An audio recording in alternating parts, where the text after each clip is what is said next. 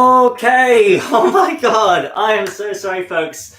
Hey, folks, it's Willy here. So, yeah, welcome to my second live stream that I massively bumbled up. Can you all give me a Yeww in the chat if you can hear my live stream okay?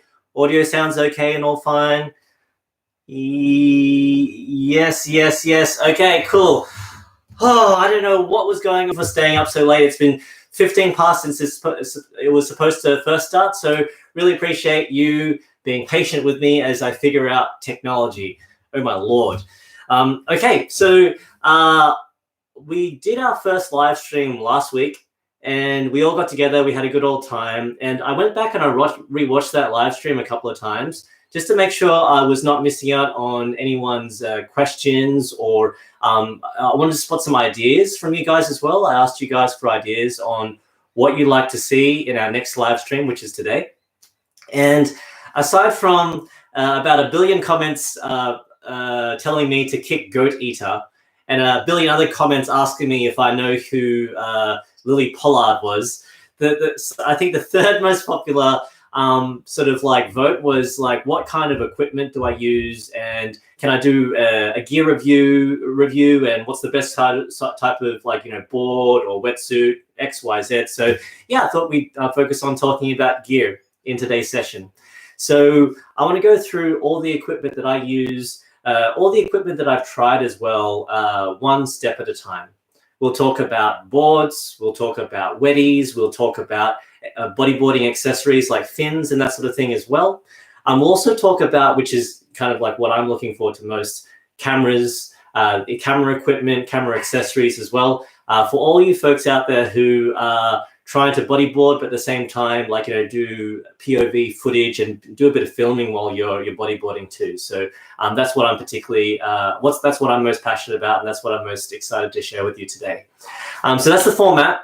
And if you are one of the unlucky folks who can't join us live and are watching this live stream, you know, years and years into the future or whatever, don't worry.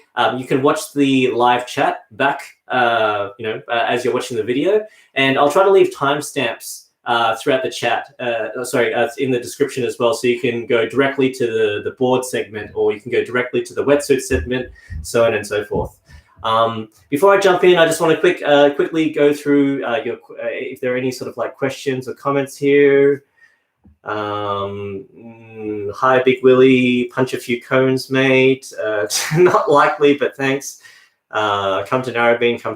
Okay, so I think we're good to get started. So let's start by talking about boards first. And I've got a few boards behind me, as you can see. Before I start whipping out and showing you my boards one by one, I want to tell you a bit about sort of like my history with boards.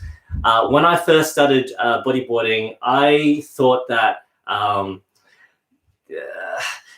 I needed to get like the latest tech in boards out there, like the bodyboard with the most amount of you know, cutting edge technology in it, like quad concave or quad channel or hydrophobic slick or that sort of thing. I was convinced that you know, the more money I spend on the higher end boards and the higher end tech, the better it's going to help me you know, ride with bodyboarding, you know, ride my bodyboard.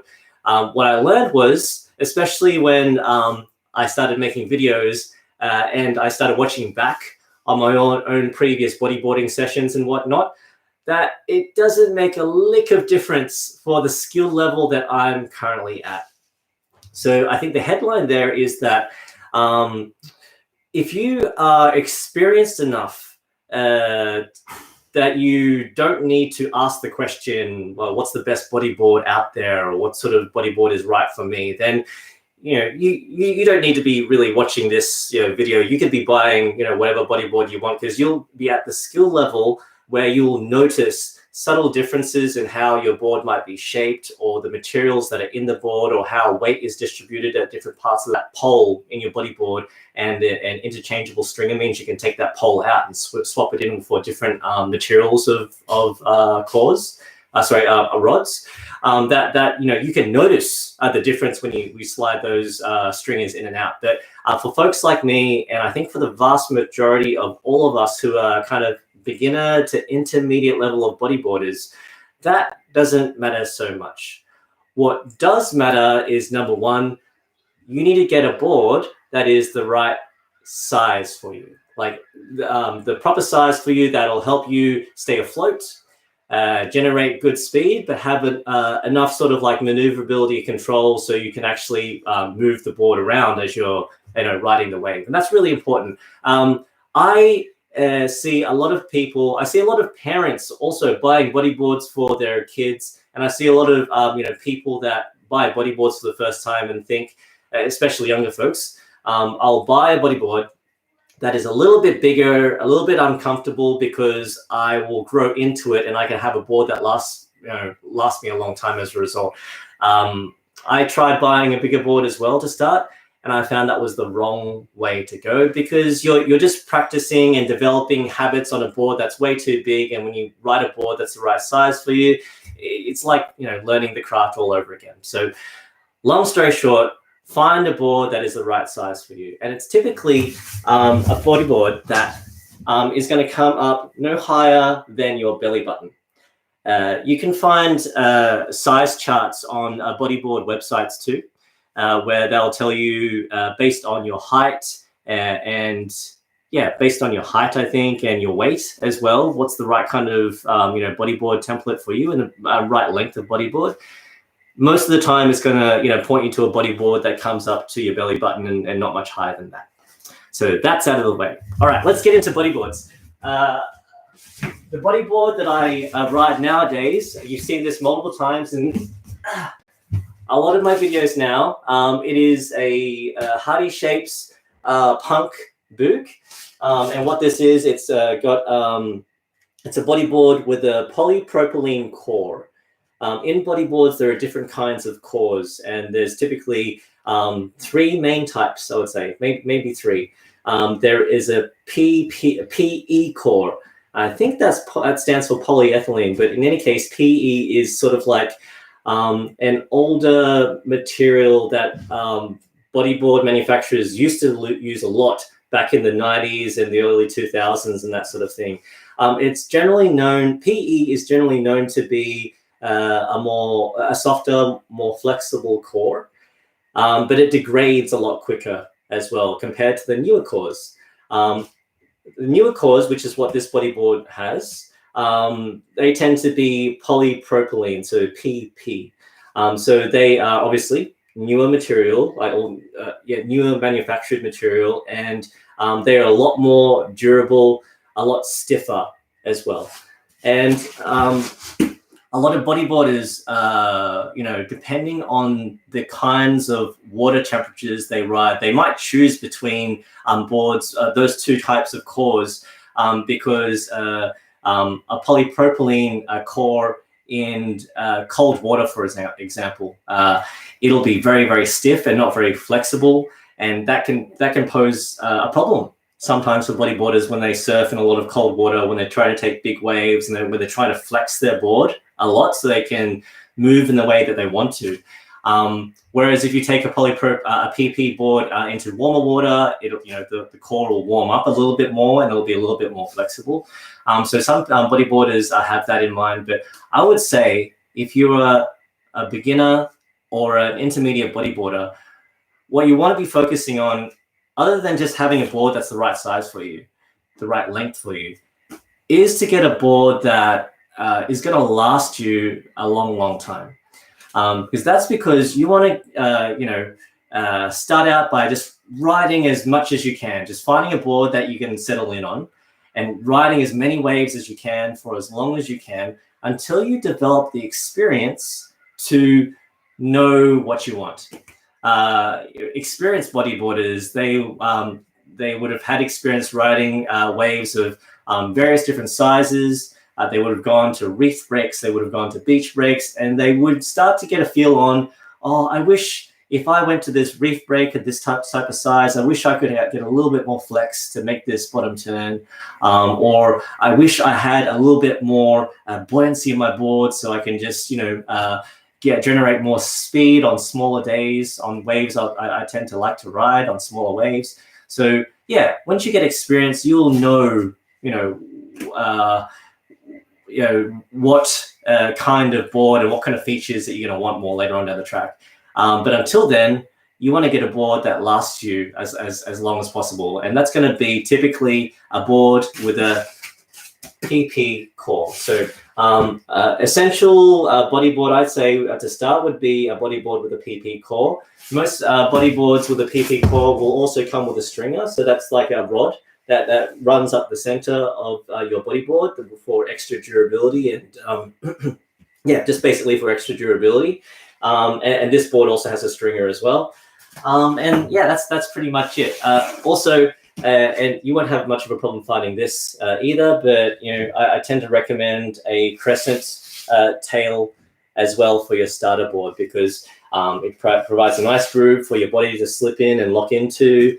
It's a fairly versatile sort of like shape on the back, and you're not going to have much, you know, problem with it on the types of ride, on whatever type of wave that you ride for what you're doing. I mentioned in the last live stream that, you know, you could also consider a bat tail, but feel welcome to jump into that live stream to see why I perhaps might not recommend bat tail for your starting board. So yeah, find a board that is the right length for you. Try to find a board that is durable as hell, and they tend to be boards with a PP core and a stringer.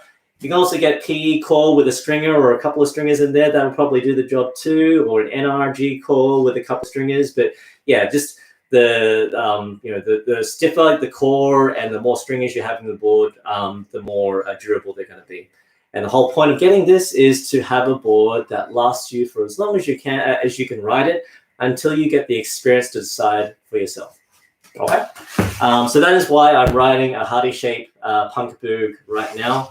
I'll like to show you some other boards I have in the background too, but let's just jump into some of your questions here. So I can see that the chat is going pretty crazy. Hey, Willy, show us your Willy. Great request. Said no one ever.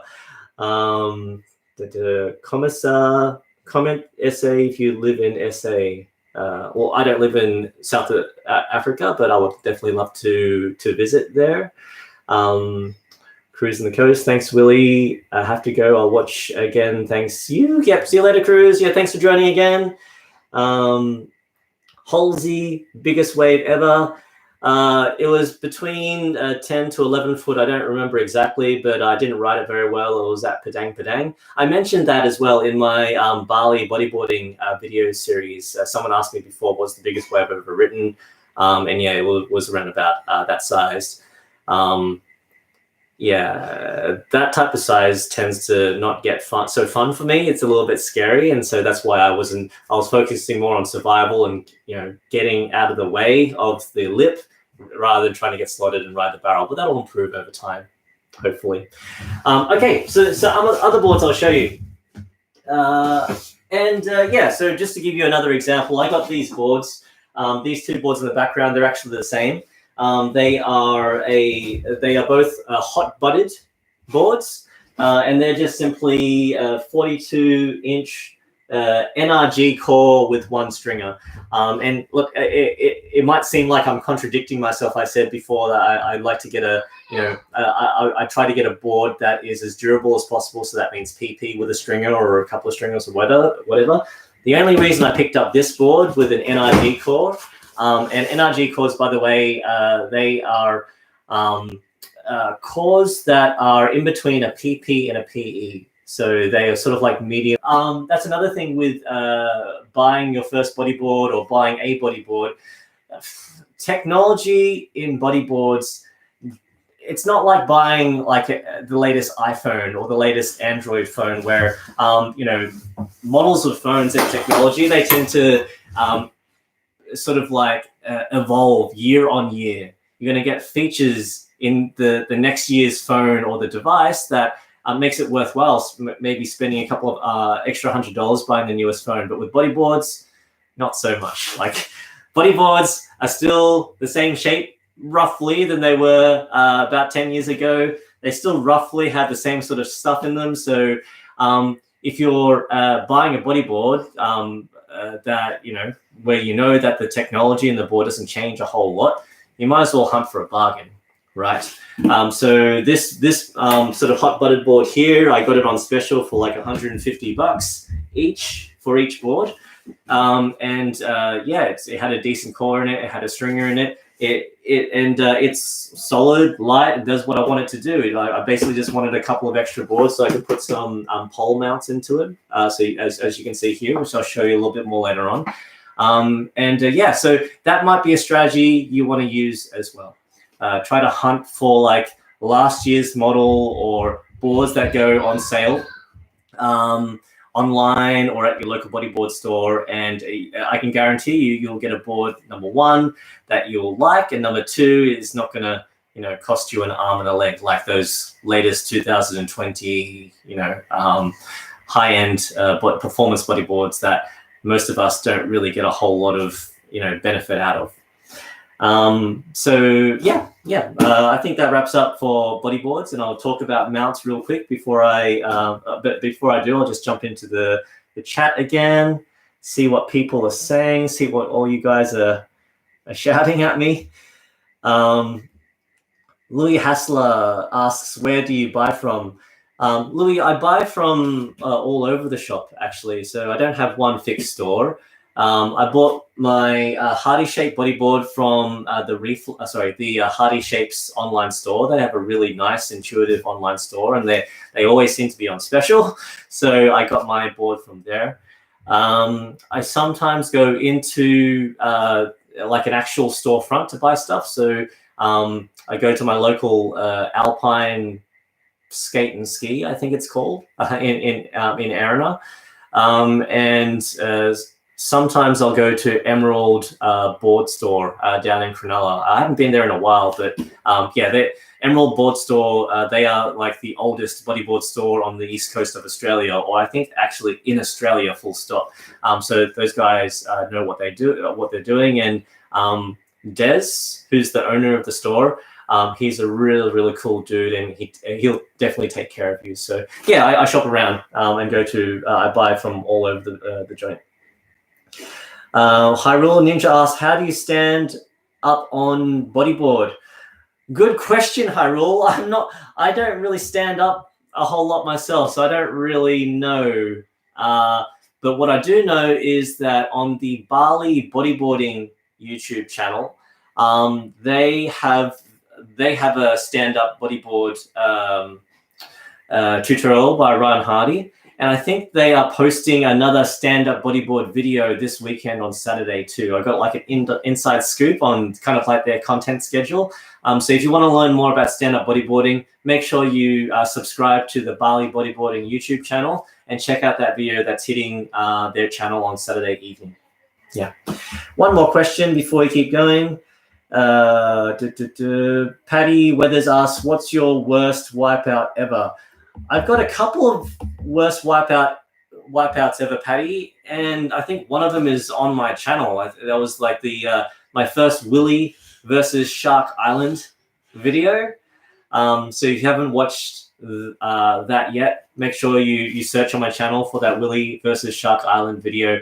It's narrated, and I tell you in that video all about why that was a gnarly wipeout for me. It took me out of the water for 6 months. Anyways, it could have been a lot worse, but yeah, it was a bit of a bummer for my first time at Shark Island.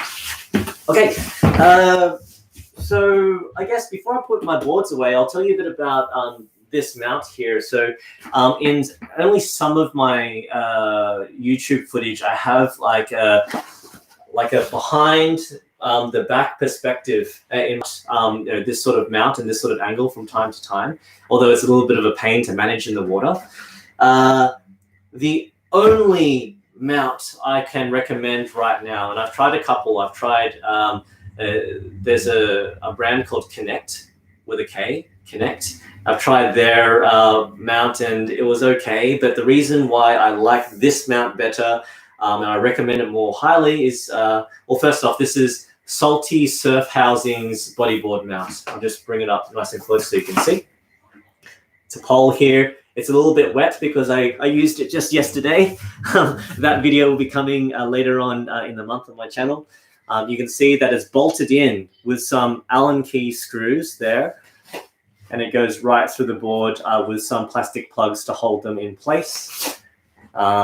It's got a GoPro sort of like 3-pin attachment to obviously attach your GoPro, and you secure the GoPro in, oops, out of frame, with this another Allen key bolt here. So you kind of need an Allen key to get it all, you know, all fixed and stuff. But it's a little bit of pain because you have to use an Allen key. But what's good about it is once you screw it all in, this goes nowhere.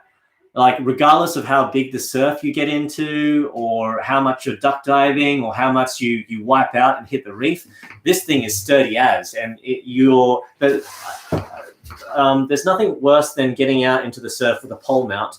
And this is the problem I had with the Connect mounts. When you're trying to ride the wave, the wave or whatever hits your mount in a way that it like sort of dispositions your camera. So like it moves your camera, and suddenly the wave is out of focus, or the mount or the camera is about to come off. So it adds an extra stress in the water that you just don't need. I have no stress at all with the Salty surf housing mount. So yeah, this is like, if you want to get this kind of POV footage and perspective, get this mount here by Salty surf housing. It's the only one that I can really recommend that's within a reasonable price range. A bodyboarder called Shane Ackerman uses it as well, and he charges massive waves like Shipsterns Bluff and Cape Solander with this mount. So yeah, it's definitely good stuff. So that is it for bodyboard pole mounts. What can I show you next? Let's go into fins. So I've got a couple of pairs of fins to show you. A brief disclaimer, I've used limited edition fins before, Churchill fins. I think I've used Hydro fins, Hydro Tech 2s. And the ones I've used for the last 2 years now are Vipers. So these are MS Vipers in particular. So that stands for Mike Stewart Vipers. Mike Stewart had a part to play in designing these particular fins. As you can see, they are a symmetrical cut fin, so it's the same shape from one side to the other. It's about mid-length.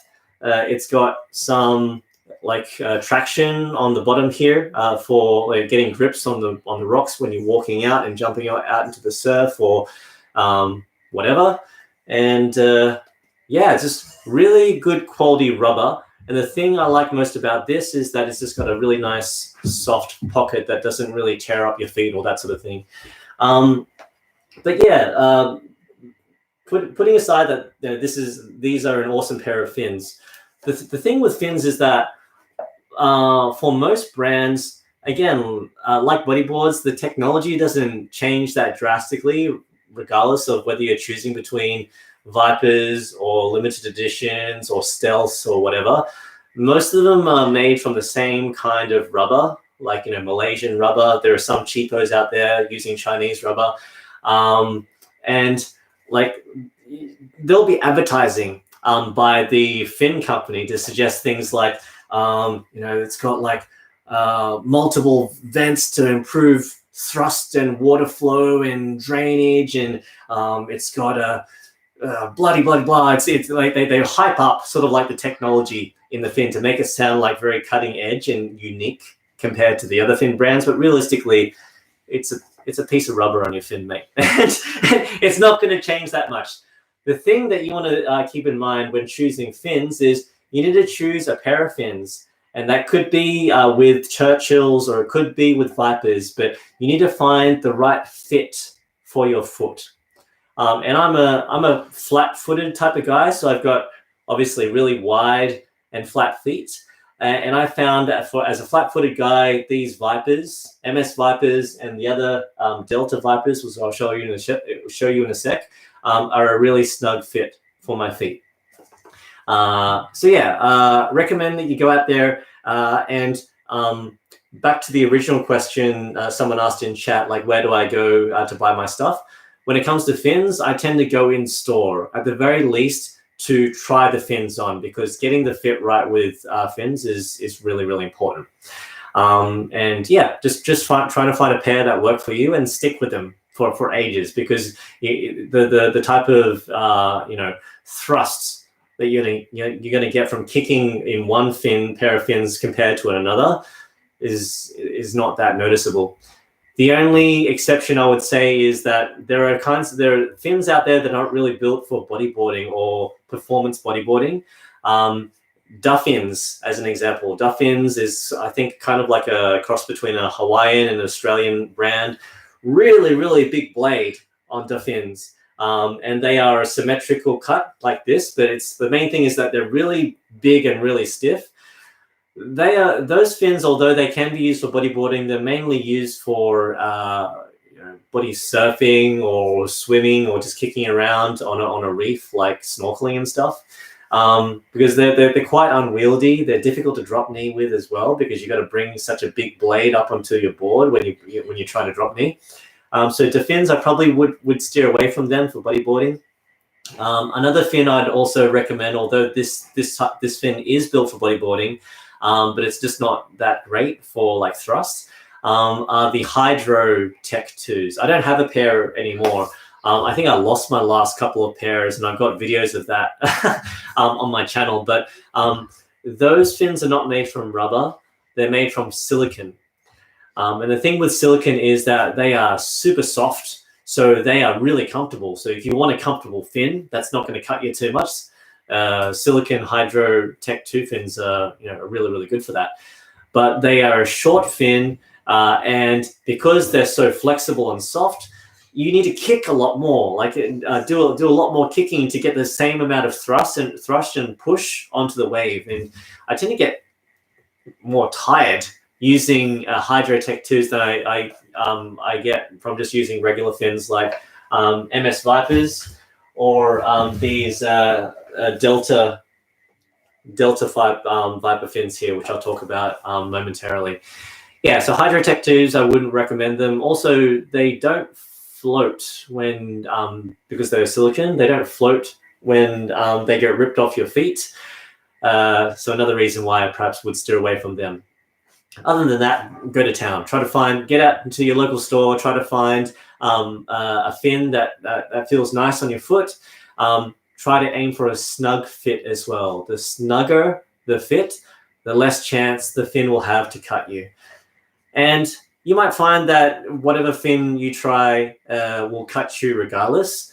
Like you'll get blisters on your feet, and I certainly have my fair share of blisters, and that's okay. Realistically, sometimes people start out with soft feet, and the only way to feel comfortable with a good pair of fins is just to get a few blisters, build up some calluses, and grow some balls and be a man, which I certainly had to learn to do as well. But yeah, these are also Viper fins. These are Delta. The only difference between these and the MS fins I find is, number one, these are asymmetrical fins, so they are not the same shape from one half of it to another. So the idea behind this is that the longer end of the blade on this fin is supposed to be the edge that sticks into the wave. And so it extends the rail line of your board, your body, all the way down to your feet, and tries to remove some unnecessary volume by cutting a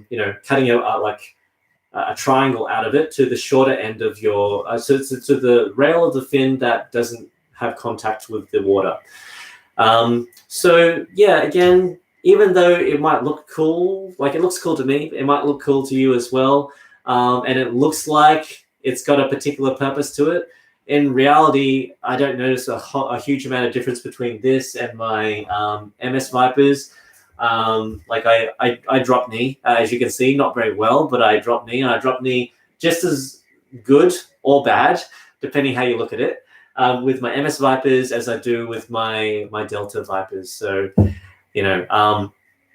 if you prefer a more balanced look on your fin, go for that. If you prefer a cooler, sort of like asymmetrical look, go for that. But just know that, for beginner to intermediate or even semi-experienced level bodyboarders, the shape of the fin doesn't really make a huge difference with the reliable bodyboarding brands that there are out there. Yeah, so that those are fins. Oh yeah, and also get flipper savers as well. Or you can use a shoestring, whatever. But make sure you don't go into the water unless you have something attached to your fin, connecting it to your ankle as well. Was guaranteed, like the day that, it's usually on the days that you forget your shoestrings or you forget your flipper savers. I'm using a Creatures of Leisure flipper saver, mind you. I'm a big fan of Creatures of Leisure accessories. I just think they're top quality, and they're built for, like, the bodyboarder in mind.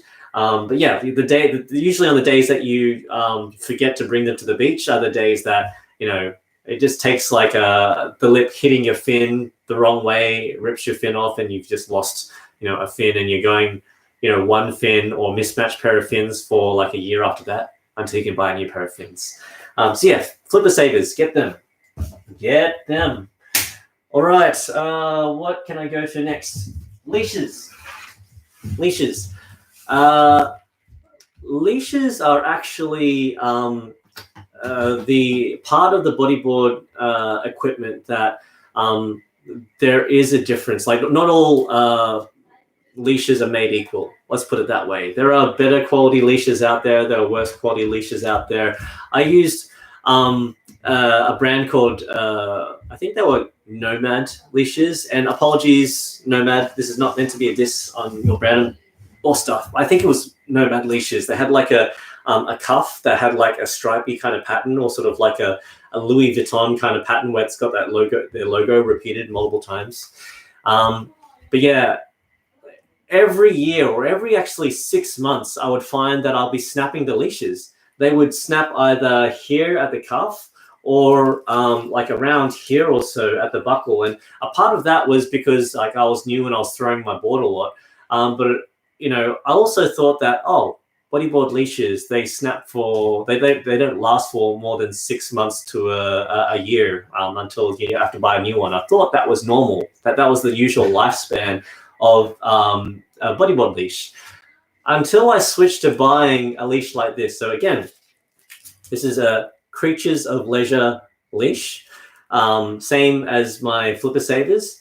I bought this particular leash, and this is the Ryan Hardy signature series, and I bought it, I think, over 2.5 years ago, and it has not snapped since. And I've been out in heaps heavy surf. I still continue to throw my board, which means like I let go of my board and I duck dive under a wave, because I'm not very good at duck diving, but I still occasionally do that, and it hasn't snapped.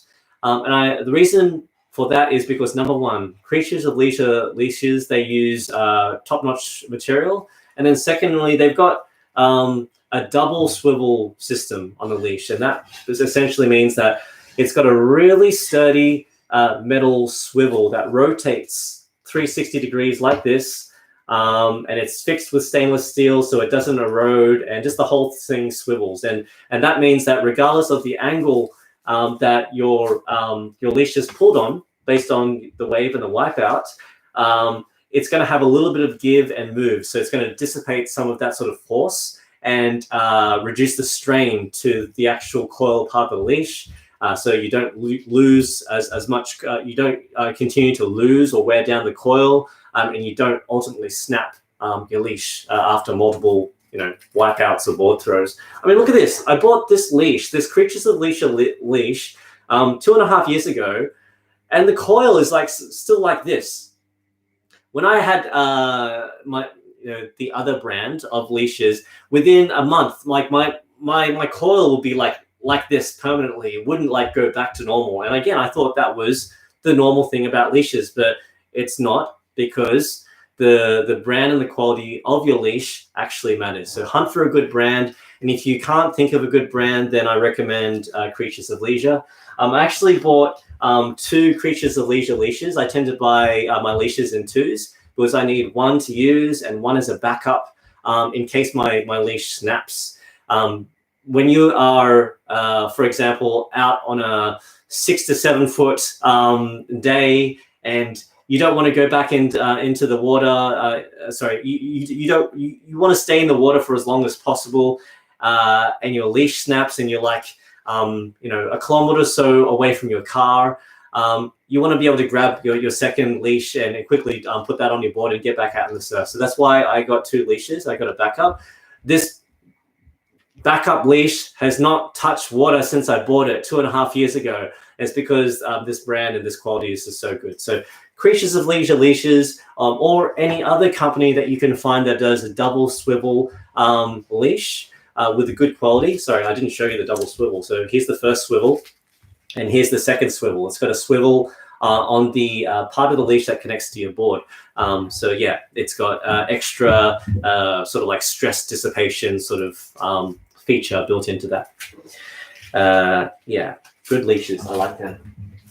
All right, before we go into the next, so I want to show you how my wetsuits. I better show you my wetsuits. I want to show you how I maintain my wetsuits as well, and the products I use to maintain my wetsuits. And then we get into the cameras. Before I do, let's go back into your questions and comments. GoPro Mounts going crazy in the chat. I got you. So that'll be at the end of the video, so make sure you stay and watch to the end. But I finally found and updated my preference for the mouth mount. There is only one mouth mount that I would recommend now that I use religiously. It hasn't broken since I bought it, so I'll show you that at the end. McKay Head says, stop spamming.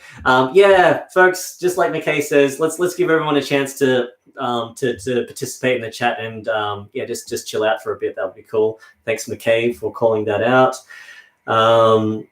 Caleb Creswick, where is your local? I live on the Central Coast, Caleb. So I live in a spot where I don't really have like a one break that is super close. So I tend to, like, wherever I go, wherever I surf, I'm always driving for at least half an hour to an hour to sometimes 2 to 3 hours, depending on whether I want to go surf Cronulla or Newcastle or, you know, partway down to Shell Harbour.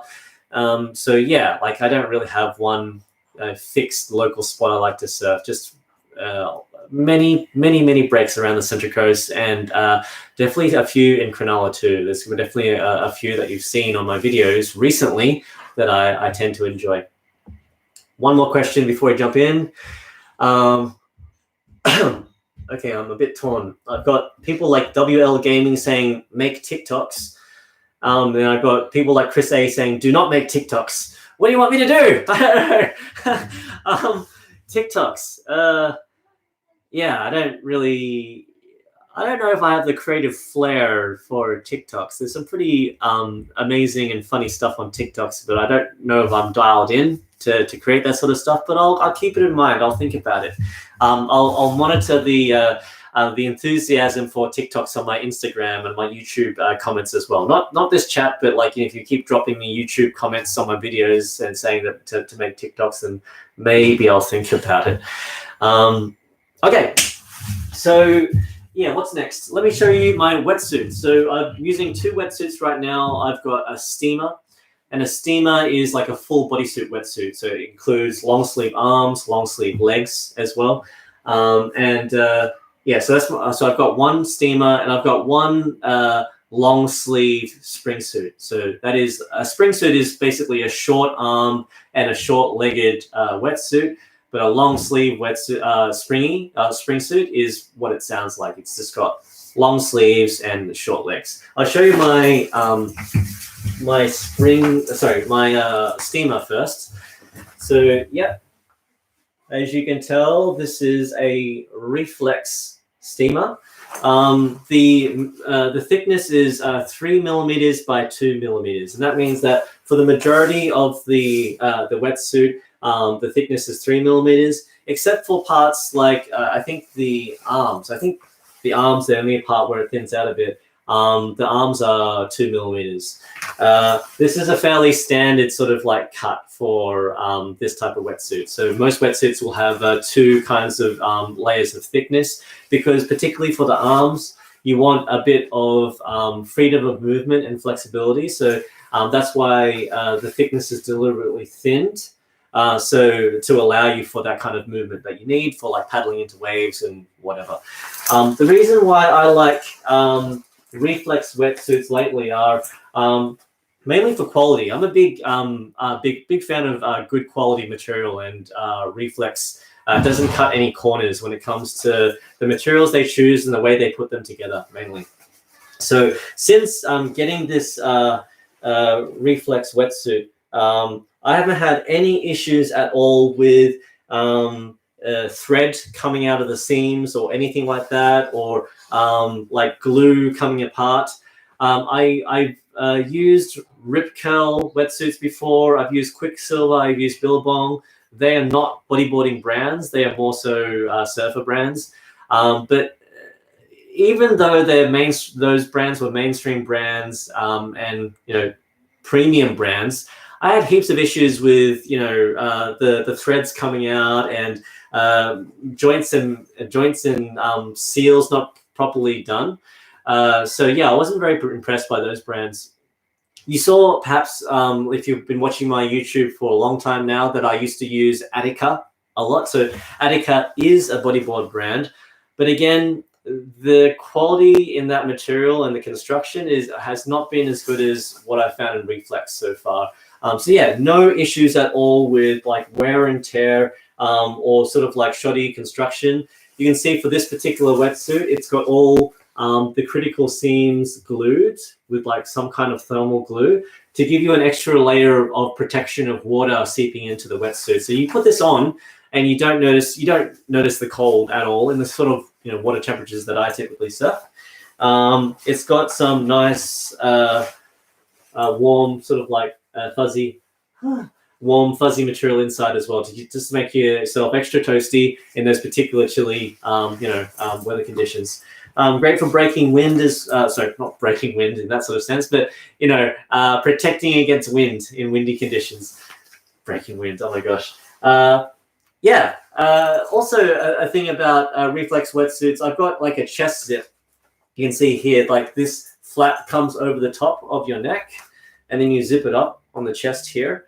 Yeah, so this comes completely off, and it's got a zipper on the front. The reason why I got a chest zip, and mind you, most wetsuit brands, including Reflex, will have like a zipperless wetsuit model in their range nowadays. I use one with a chest zip. But the reason why I go for this is that I use this buckle right here as the anchoring point for my GoPro camera.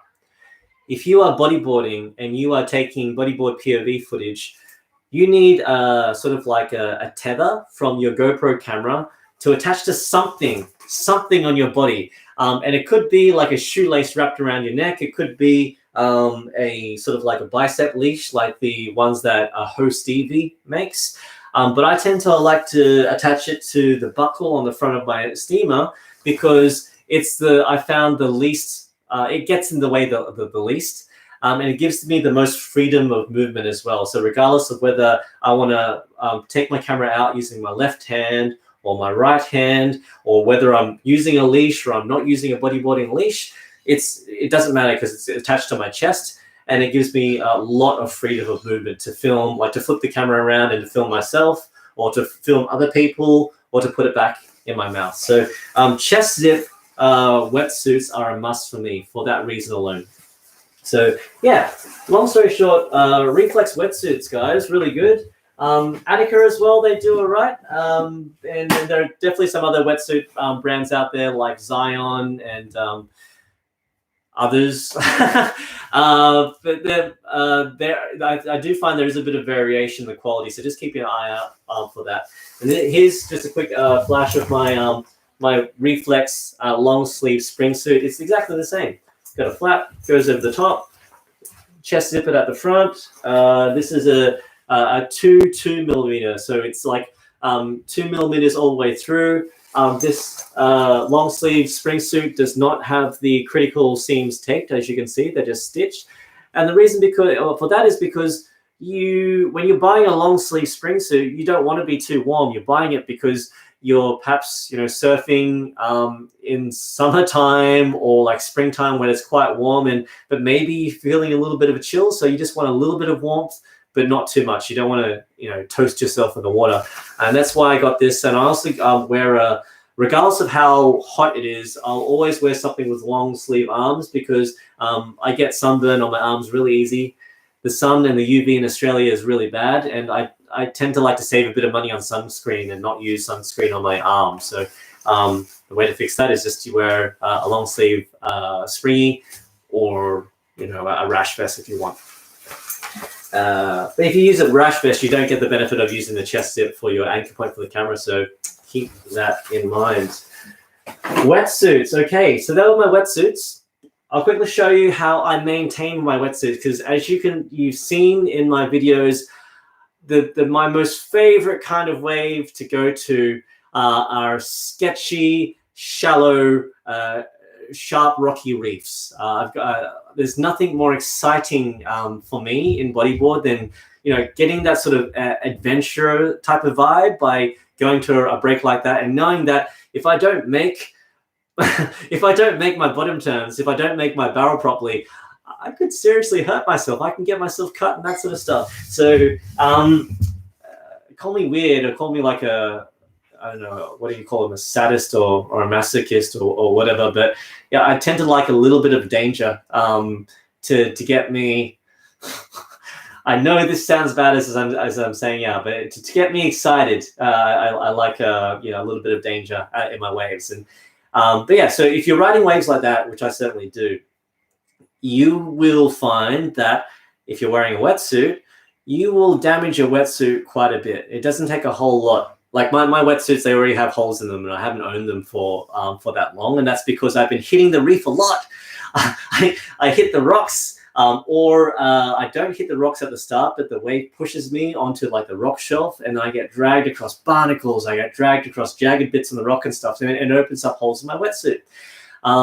It is not cost effective to buy a new wetsuit every time it turns into like a sieve.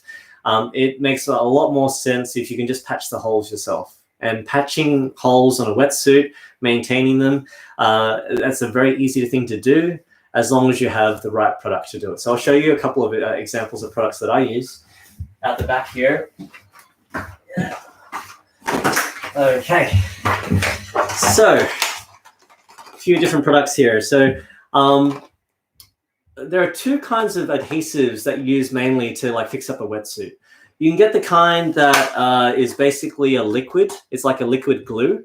And this is what this is. This is basically, this is a brand called Sea Cured Wetsuit Cement. And it's basically neoprene glue. It's a special kind of glue that when you squeeze it on, it's got enough sort of like viscosity to like move it around and stuff, which you need for repairing a wetsuit.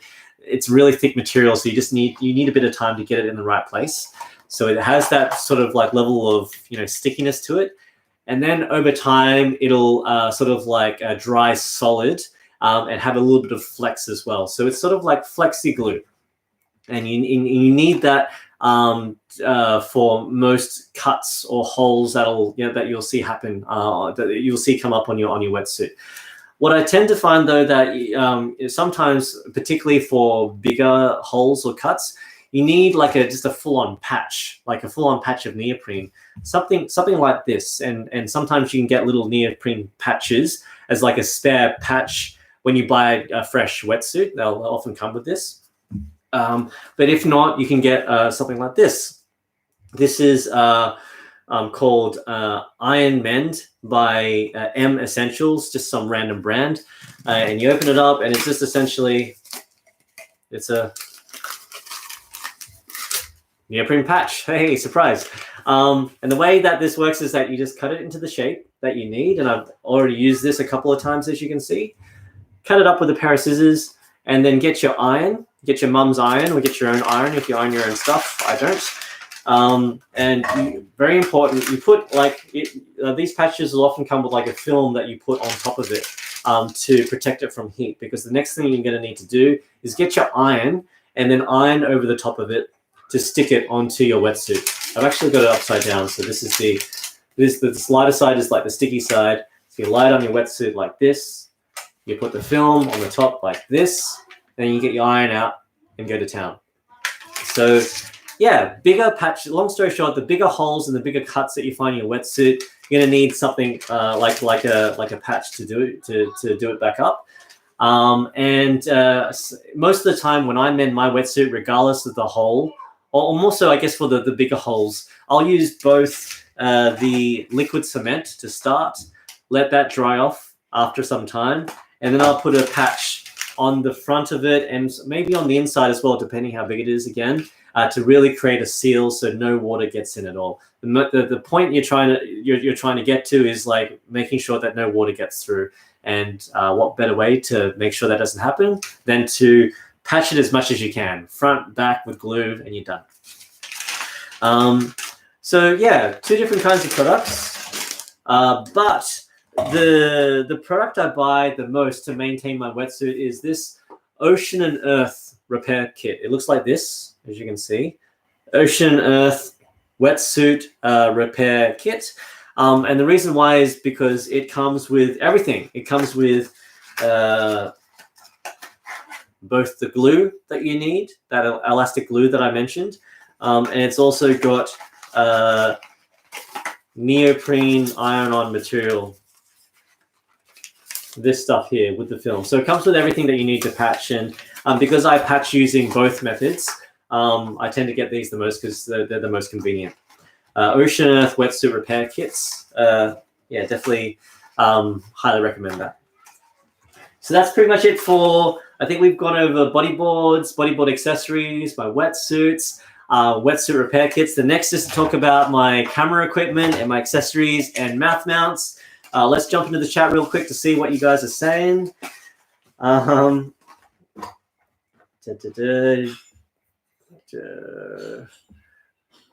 People are saying remove Jake Farrell. And then Jake Farrell saying remove Harvey Case. I don't get it. Oh, Alex. Hey, Alex. Alex Donnelly says, hey, Willy, what snacks do you recommend? For folks, yeah, so I think rather than for folks who don't know, everyone doesn't know. Alex Donnelly is actually my good in real life mate. I have a big history of gaming. I mentioned this in my last live stream. I used to game a lot back when I was in high school and when I was in university.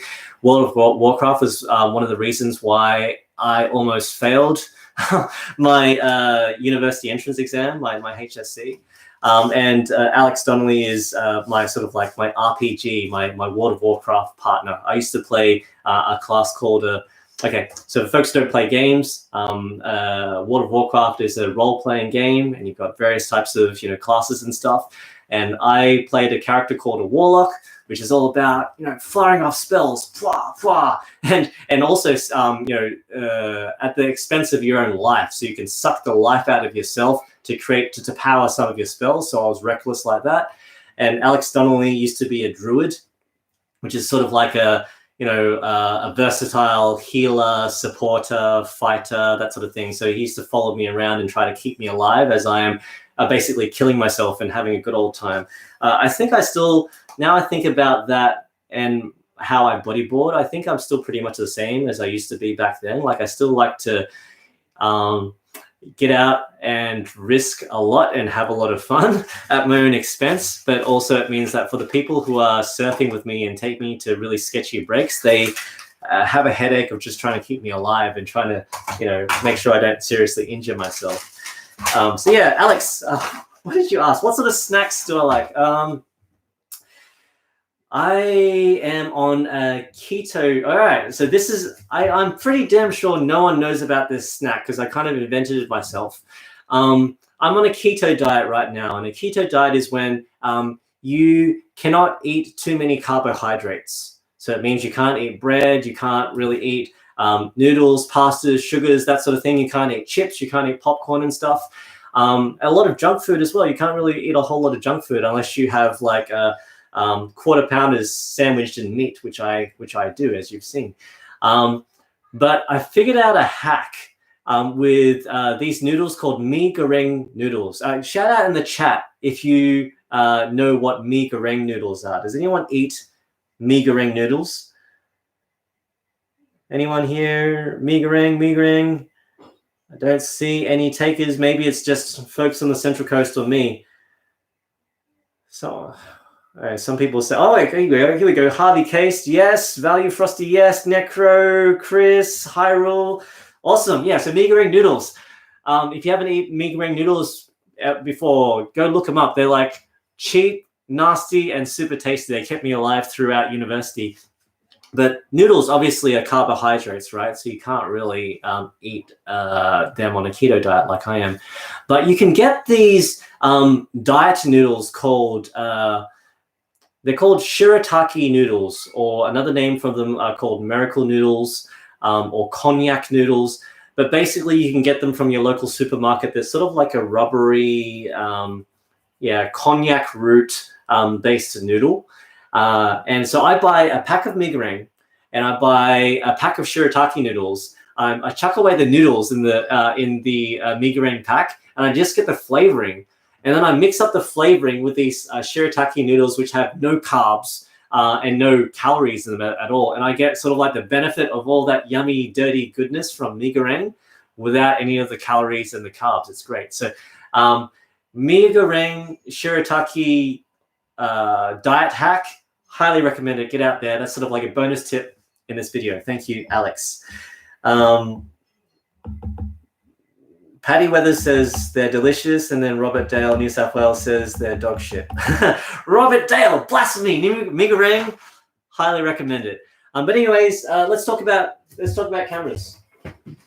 So I've got my GoPro kit here, and I think cameras are a pretty easy thing to start off with because the only camera I would recommend for POV surf or POV bodyboarding footage right now in this generation of tech is going to be GoPro 8. If you'd asked me the same question, what kind of camera I use or what kind of camera I recommend a couple of years ago, it would have been a different question, or may not have been able to answer that, because a couple of years ago, companies like Garmin and companies like Sony were pretty neck and neck, or a little bit better than that generation of GoPros. I was using a Sony action cam a couple of years back in a housing and that sort of thing, because it just had better image quality. But things have changed from 2019 to 2020. GoPro 7 and GoPro 8, which this is like the best quality and the best versatility you're going to get in a camera. So reasons why I like GoPro 8. Number one, the quality. 4K filming with fisheye at 60 frames per second is all that you're going to need for filming what you want at the highest quality in the surf, but also have a bit of high frame rate to manipulate in your post editing. So you can make slow-mo and stuff without having the frames drop. That's why you want to have as many frames per second on your filming. It's really durable. It's got so one of my biggest peeves with GoPro before was that to attach a mount to it, you have to put like a plastic bracket around the GoPro, and the plastic bracket would often snap in heavy surf, like when you do things like accidentally headbutt your camera as you're wiping out on a wave.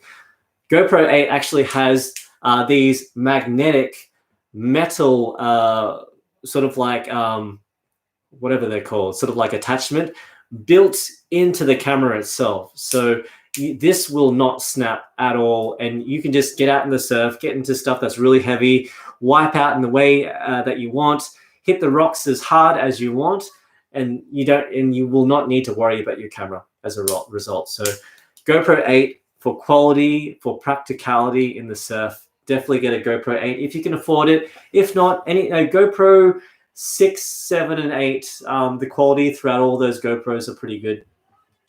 I do not use a case with my GoPro anymore.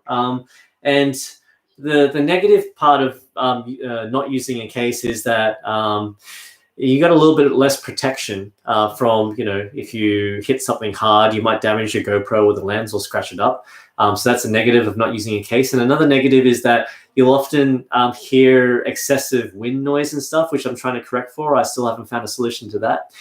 But the reason why I don't use the case, particularly for GoPro 8, is that GoPro 8 also, the release of GoPro 8 came with a newly designed floaty, which is another thing I highly recommend. You have to get a floaty when you use a GoPro in the water, you will eventually, regardless of what lanyard that you use, and I'll talk about this in a sec, regardless of what leash or lanyard you use to hold onto your GoPro, it will snap eventually, no doubt.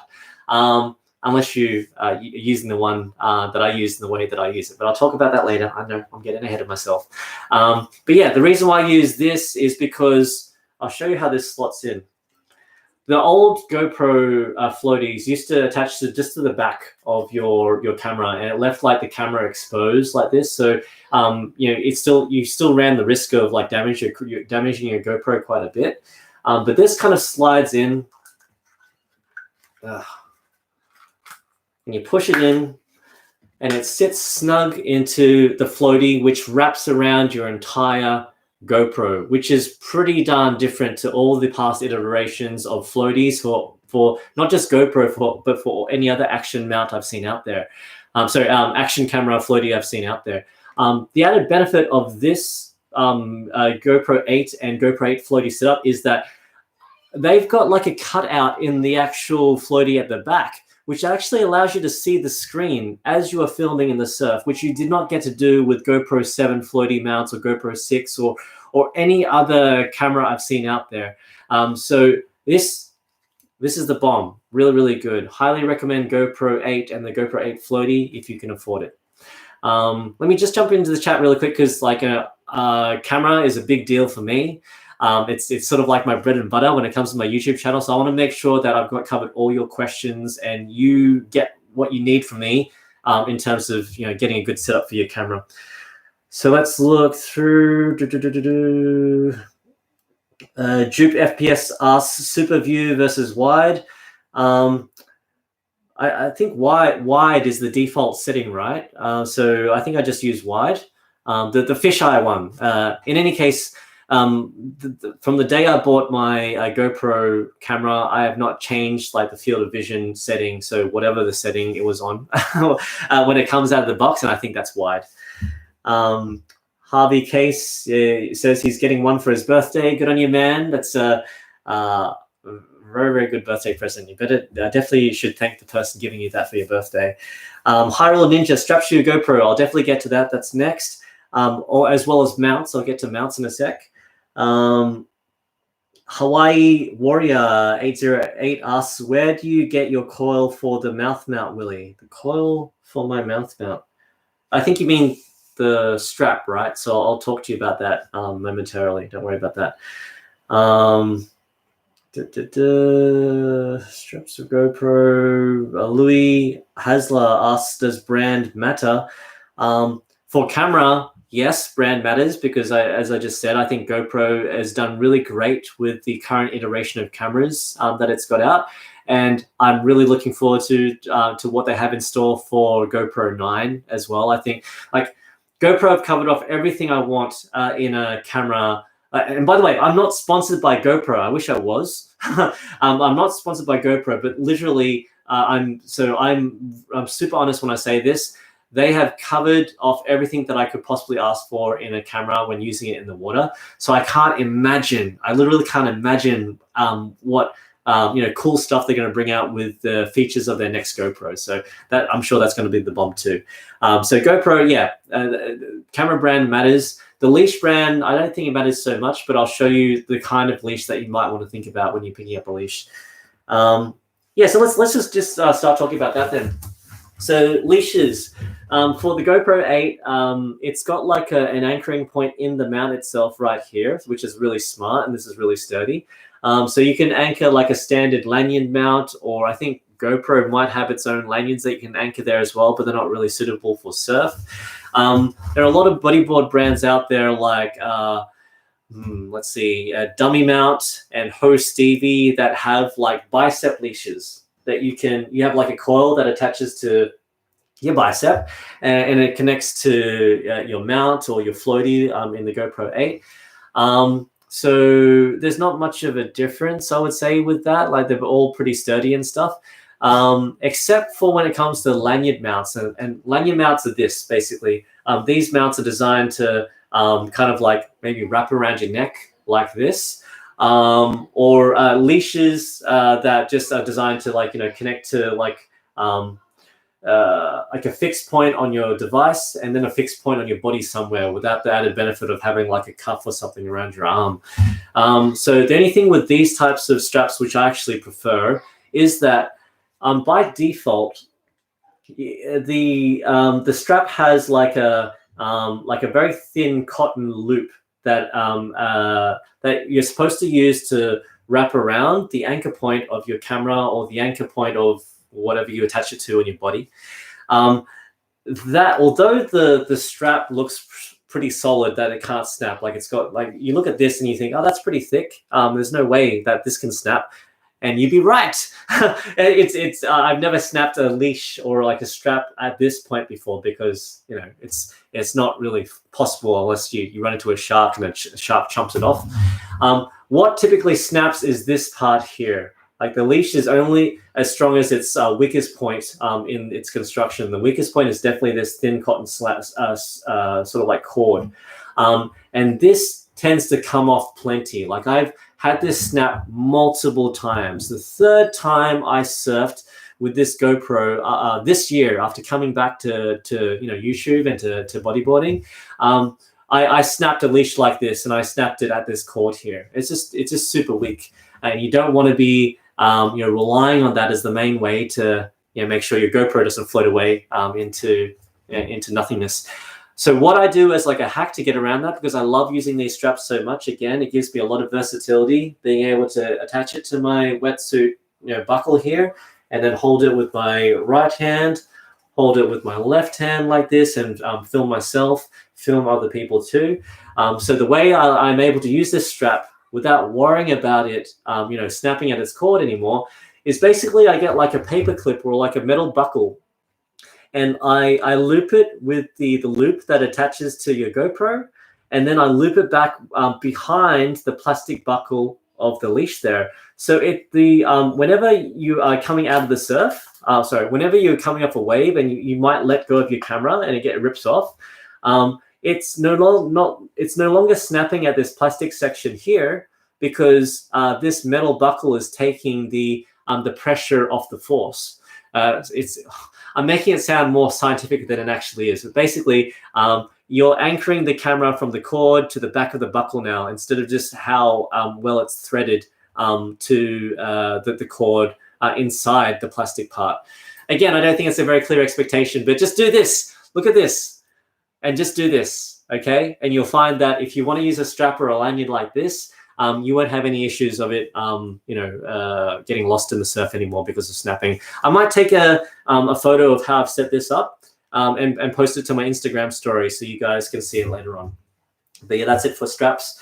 I use a Ho Stevie strap, and again, I don't think you can get this Ho Stevie strap anymore because they discontinued them on their website.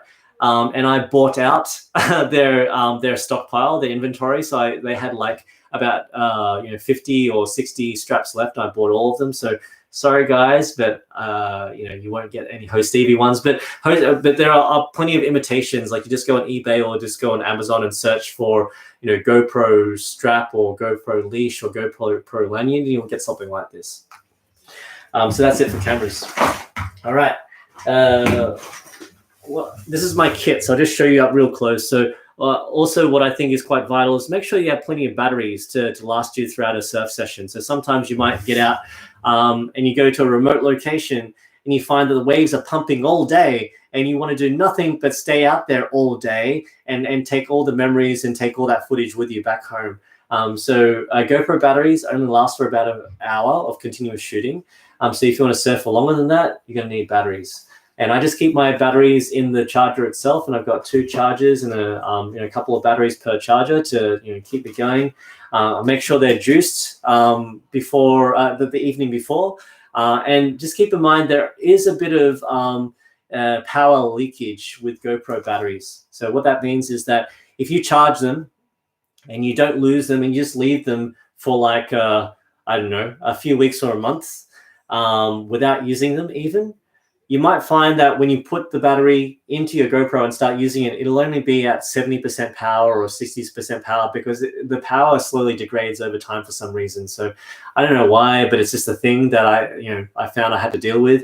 Long story short, just make sure you give them a quick charge the day before you use them. Which brings me finally to the mount that I'm currently using. About a year ago, I raved about 3 different mouth mounts, and I made a video about them. There was like a Host EV mouth mount and a MyGo mouth mount, and a dummy mount as well, which I used, a dummy mount version 2 for quite some time. They all had the sort of pros and cons. Lately, though, the only mouth mount that I will recommend is actually just the GoPro mouth mount. So this is the newest GoPro mouth mount model. You can see here that it's a fairly simple construction. It's just got like, the buckle part, as you normally see. It's got a long metal, so not long metal. I think it's like nylon, a long nylon sort of like extender that sort of fits into your mouth. Because it's nylon or some kind of plastic like that, flexible plastic, it's got a bit of flex to it. So over time, it'll mold a bit to your mouth, but it won't snap because it's not brittle plastic or material. It's got a bit of flex, so it's going to give a little bit, and it's regardless of how it's your camera's pulled around, it's going to be very, very hard to break or snap, which is not like the mounts that I've used before. Like the mounts I used before, they were quite brittle plastic, so there was a chance of it snapping. In fact, my dummy mount V2, it did snap and left a sharp edge on the plastic, and that sharp edge eventually went through my lip and pierced a hole clean through my lip, which is why I have a little bit of a scar above my lip. And I got a video of that as well. So yeah, you won't have that problem with this because it's got a bit of flex. And it's also got a handy little buckle here, which allows you to, if you want to, GoPro has like a bodyboard soft top mount that you can plug into your bodyboard. You can use this buckle here to slide into your bodyboard and turn your camera into a bodyboard mount if you want to, or just leave it there and leave it sitting on your board if you want to take a break from holding it in your mouth. So yeah, it's very versatile. But the main reason I like this GoPro mount is that it is very durable and reliable. Do not feel like this is going to snap because it's got that kind of flex. It's comfortable to use because it's not too big. It doesn't really obstruct the airways, and you can see it leaves a lot of space in your mouth. Okay, I'll stop doing that because it's pretty disgusting. Yeah, on the off chance that your mount might snap or you lose it or whatever, the thing about the other mounts that I mentioned is that you can't really buy them in a storefront. You got to order them online, and then it takes like a week or a few days to get to you. So it might mean like the next day when you want to go for a surf and you're missing a mount because you're still ordering it, you can't bring your camera out because you got to wait for your mount to come. With GoPro mounts, these are in every store, like every store that sells GoPros. So if it breaks or you lose it, you can just go into the store that afternoon and pick one up and you're good to go. So for practicality, for availability, and for just like the quality of the construction, I will not recommend any other mouth mount other than a GoPro mouth mount. So get this, it's good. No other ifs or buts. It's really, really good. And that's pretty much it for my main camera kit. Let me, again, jump into the chat and see if you have any questions or thoughts or comments. Kai Cooper, Willy is turning my ass on. I'm glad. Great. Thanks. I'm glad to tickle your pickle, Kai. Jake W, lots of emojis. Thanks, man. That's very colorful. Tracy Wyomio, are you ever gonna go to West Coast and South Coast for bodyboarding?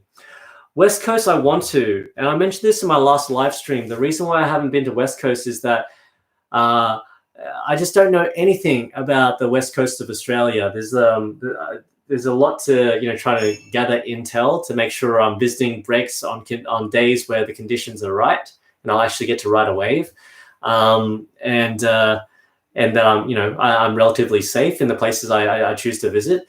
But there were a couple of you in my last live stream that posted some really good comments. They gave me some places to look and check out. So I'm researching, and I definitely do want to come and try out West Coast and Margaret River in the future. And South Coast, I've been as far as Shell Harbour down south in New South Wales. I definitely want to try out, although I did visit South Coast, not South Coast, although I did visit Shell Harbour and Wollongong area, there were some breaks I didn't get to try because they weren't really working. And there were places like Red Sands and Cowries as well, and other breaks like that.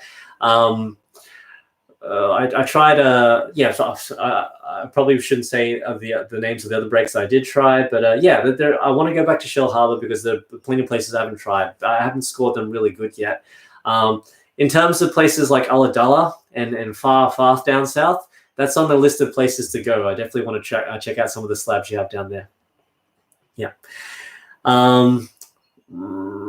Louis Hassler asks, do your kids surf? Yeah, they bodyboard. I got them all bodyboards semi-recently, actually. I bought them bodyboards that were the right size for them because they too were using boards that were a little bit too big. So I got them to size down a bit so they're comfortable. And they're just having a lot of fun learning how to trim across the wave for the first time. I do feel really bad, though, because they watch me attempt my 360s. And so they try to copy me and say, oh, Daddy, look, I'm doing a 360. And I'm like, oh, no, it looks as bad as my 360s. Don't copy me. So, yeah, it's fun. It's fun when you can, have a hobby, sort of like an outdoor hobby that you can share with your kids like that. Yeah. Luke Nicholson says, Willy, my GoPro mount broke. Oh, sorry to hear that, dude. It'd be interesting to hear how you broke it, because that I found it, like, I've been in surf that's been massively, I wouldn't say massive lately. I got to be honest with myself, but I have had some gnarly wipeouts and impacts with my GoPro, and I haven't had that issue yet. But let me know in the comments of my next videos what you think about it. Mitch Fell asks, how many kids do you have? I have 3 kids. 2 of the kids were accidents, happy accidents, mind you, but they were unplanned for sure. I had my first child when I visited Japan. Like I went to Japan as an exchange student, and my plan as an exchange student in Japan was to party nonstop for the full duration of my international studies there, which was about 2 years. But I think in the first 3 months, I met my wife, and we had our first accidental child together. So that cut my party days very, very short when I was in Japan. But it turned out to be really, really good. I'm glad that it happened when it did. And so in total, 3 kids, 3 very active, hyper stoked set of kids. Let's see. No, Hyrule Ninjas telling me to go to Mandy Wedge in WA. Yes, on the list of things to do. It definitely looks like a fairly crowded break, Mandy Wedge, but I'll definitely give that a shot. Let's look at the time. Oh gosh, I did it again. The plan was to keep this live stream to only like a half an hour to quickly go through my my equipment in a more concise fashion than last time. But we've reached 80 minutes now, almost an hour and a half. So I'm signing out right now. But before I do, Dagasaur Jr. says, "Can I get a shout out for Michael? Michael, it's your birthday. Happy birthday, you!" So good on you, man. Good on you for Dagasaur for shouting at you, mate. So thanks again for tuning in. I'm really sorry for the technical difficulties at the start. I don't know what happened, but we'll make sure that's sorted for the next time. And thanks so much as always. Let me know in the comments of this video, so not in the live chat, but in the comments, if you have some ideas for my next live stream, what you'd like to see. A couple of ideas I had was to talk about, bodyboarding experiences, my favorite kinds of waves maybe. I was even thinking of doing, let me know what you think about this, but I was even thinking of doing sort of like a live stream bodyboarding fitness challenge. where we could all sort of like interact together, and we could do like bodyboard exercises to get like surf fit and surf buff. And I could tell you guys to do an exercise, and you do it with me, and you can tell me to do an exercise, and I can try that as well. So yeah, that's a weird random one, but let me know what you think about that in the comments. Thank you so much as always, and I'll see you again in the next video, which is coming really, really soon. Peace out. Bye.